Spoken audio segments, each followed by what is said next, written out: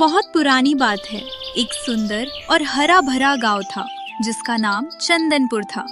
उस गांव में रामू नाम का एक बहुत ही मेहनती और ईमानदार आदमी रहता था।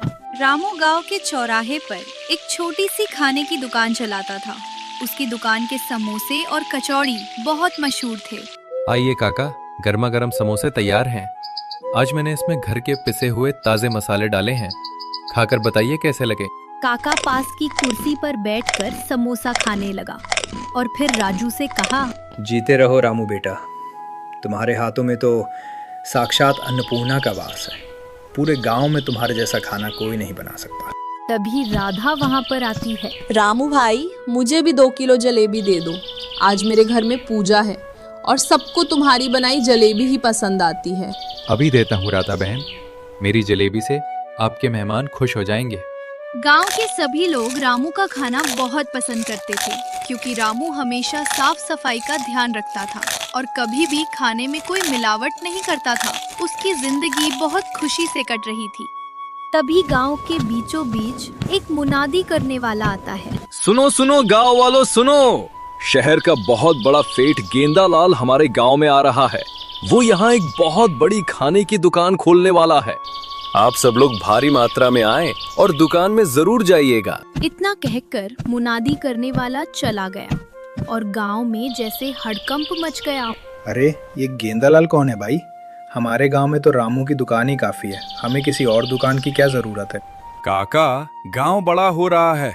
अगर नई दुकान खुलेगी तो लोगों को और भी चीजें खाने को मिलेंगी, इसमें कोई बुराई नहीं है। अगले ही दिन गांव के बीचों बीच एक बहुत बड़ा और शानदार तंबू लग जाता है। सेठ गेंदालाल अपनी बड़ी सी दुकान खोलता है जहां रंग बिरंगी लाइटें लगी हैं और बड़े बड़े बर्तन रखे हैं। तभी गांव के कुछ लोग वहां पर पहुंचते हैं। आओ गांव वालों आओ, मेरी शानदार दुकान पर आओ। यहाँ तुम्हें शहर का सबसे बेहतरीन और लजीज खाना मिलेगा। आज पहले दिन सबके लिए खाना एकदम मुफ्त है। अरे वाह, मैं तो सबसे पहले जाऊंगा। मुफ्त खाने की बात सुनकर गांव के बहुत सारे लोग गेंदालाल की दुकान की तरफ दौड़ पड़ते हैं। रामू अपनी छोटी सी दुकान से ये सब चुपचाप देखता रहता है।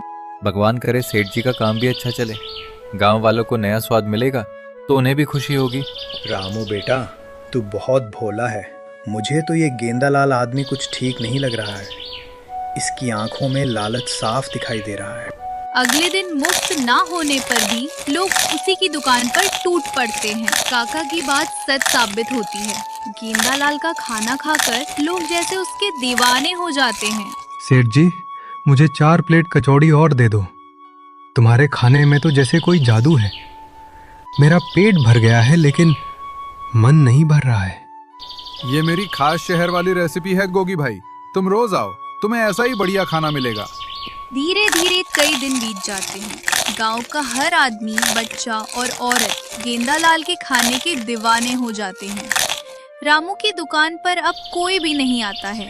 रामू की दुकान एकदम खाली हो जाती है। मुझे कुछ समझ नहीं आ रहा है। मेरा खाना भी शुद्ध है लेकिन लोग सेठ के खाने के इतने दीवाने क्यों हो गए हैं? मेरी तो कमाई ही बंद हो गई है। बेटा, मुझे तो कुछ गड़बड़ लग रही है। सेठ का खाना खाकर आजकल मेरे पेट में बहुत दर्द रहता है, लेकिन फिर भी मेरा मन वहीं जाने को करता है। काका आप सही कह रहे हैं। मेरे पति को भी कल से उल्टी और चक्कर आ रहे हैं, लेकिन वो फिर भी सेठ की दुकान पर ही जा रहे हैं। उन दोनों की बात सुनकर रामू को शक होने लगता है। ये तो बहुत चिंता की बात। कोई भी इंसान बीमार होने के बाद भी वही खाना क्यों खाना चाहेगा? जरूर उस खाने में कोई खराबी है। रामू को सेठ गेंदालाल पर बहुत शक होता है। वो फैसला करता है कि वो पता लगा कर रहेगा कि सेठ अपने खाने में ऐसा क्या मिलाता है जिससे लोग उसके गुलाम बन गए हैं और बीमार भी पड़ रहे हैं। आज रात को मैं छिपकर सेठ की दुकान में जाऊंगा। मुझे ये रहस्य सुलझाना ही होगा। मैं अपने गांव वालों को ऐसे बीमार पड़ते नहीं देख सकता। आधी रात का समय हो जाता है। पूरा गांव सो रहा है। रामू चुपचाप सेठ गेंदालाल के बड़े से तंबू के पीछे जाकर छिप जाता है। अरे कालू, जल्दी कर, कल के लिए बहुत सारा खाना बनाना है। गांव वाले सुबह होते ही भूखे भेड़ियों की तरह टूट पड़ेंगे। सेठ जी, मैं तो थक गया हूँ। ये गांव वाले तो खाते ही जाते हैं, रुकने का नाम ही नहीं लेते। तू बस काम कर कालू, जा जल्दी से वो नीले रंग की शीशी निकाल जो मैं शहर से छिपा कर लाया था। रामू तंबू के एक छोटे से छेद से अंदर झांकता है। वो देखता है कि कालू एक छोटी सी नीले रंग की शीशी लेकर आता है जिसमें कोई अजीब सा सफेद पाउडर भरा हुआ है। लेकिन सेठ जी, ये पाउडर तो बहुत खतरनाक है। इससे तो लोगों के पेट में अल्सर हो सकता है और वो गंभीर बीमार पड़ सकते हैं। तू मुझे मत सिखा कालू, ये पाउडर ही तो वो असली जादू है जो लोगों को हमारे खाने की लत लगा देता है। इसके नशे में वो हमेशा हमारी ही दुकान पर आएंगे। लेकिन अगर किसी की जान चली गई तो हम दोनों जेल की हवा खाएंगे सेठ जी। मुझे बहुत डर लग रहा है।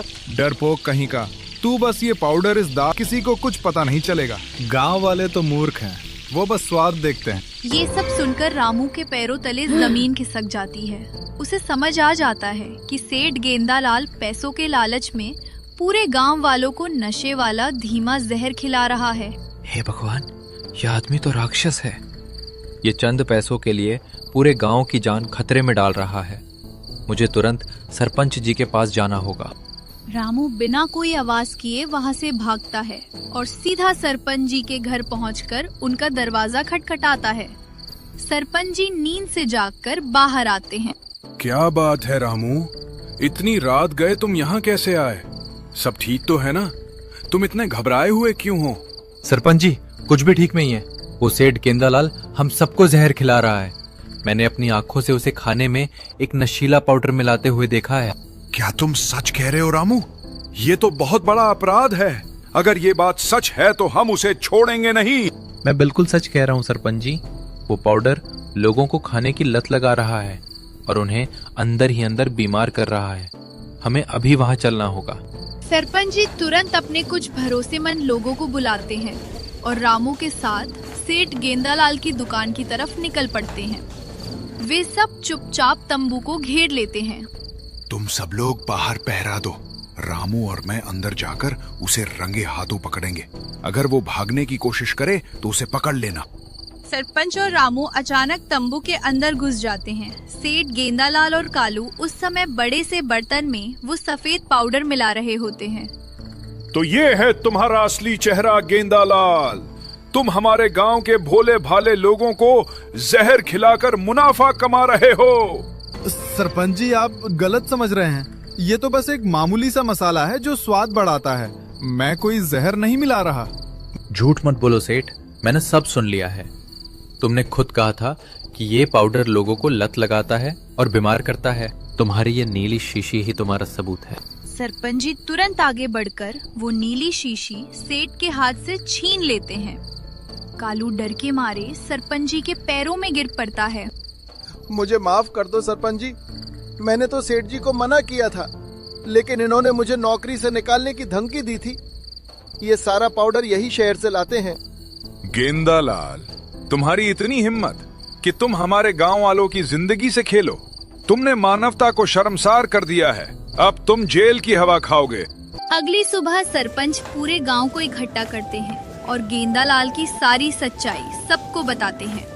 गांव वाले ये सब जानकर हैरान और बहुत क्रोधित हो जाते हैं। धिक्कार है तुम पर गेंदालाल, तुमने हमारे विश्वास का फायदा उठाया। हम तो तुम्हें मेहमान समझ रहे थे और तुम हमारी ही जान के दुश्मन निकल गए। इसी वजह से मेरे बच्चे और पति बीमार पड़ रहे थे।